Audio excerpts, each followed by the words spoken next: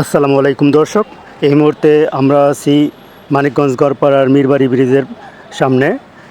এখানে আমরা দেখতে পাচ্ছি একটি ট্রাক খাদে পড়ে গিয়ে উল্টে গিয়েছে। সেই ট্রাকটি ওঠানোর ব্যবস্থা করা হচ্ছে।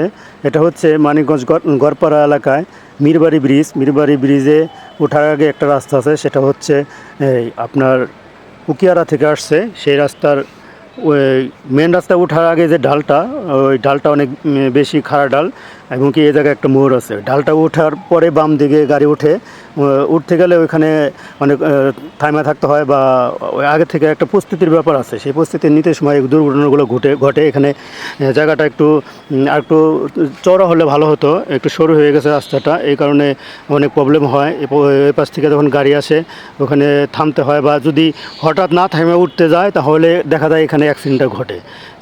এই ব্রিজটাও অনেকটা সরু, মাঝে মাঝে এখানে জাম পড়ার কারণে এই জায়গাটা দুর্ঘটনা ঘটে।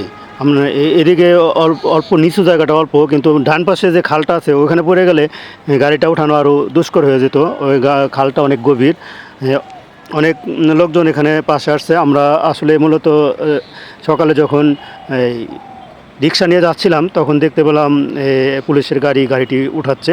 তখনই আমরা একটু দাঁড়িয়ে ভিডিওটা করলাম সবাইকে জানানোর জন্য, এবং কি সবাই এই জায়গাটায় এসে অনেক সতর্কভাবে গাড়ি উঠাবেন, সে বড় গাড়ি হোক আর ছোট গাড়ি হোক, বা মোটরসাইকেল বা রিক্সা যাই হোক।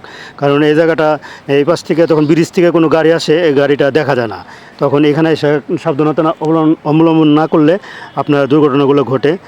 এখানে পুলিশ চেষ্টা করছে চেনকোপ্পা দিয়ে গাড়িটা ওঠানোর জন্য। সাথে পুলিশের বড় রোলার আছে, এক্সকাভেটর আছে, সেটা দিয়ে টেনে ওঠানোর চেষ্টা করছেন, এবং কি ইনশাল্লাহ উঠে যাবে।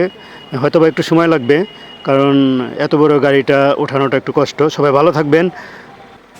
সবাই এই ভিডিওটি শেয়ার করে দিবেন, যাতে সবাই সতর্ক হতে পারে এই জায়গাটা দেখার জন্য, দুর্ঘটনাটা দেখার জন্য। সবাই ভালো থাকবেন। আল্লাহ হাফেজ।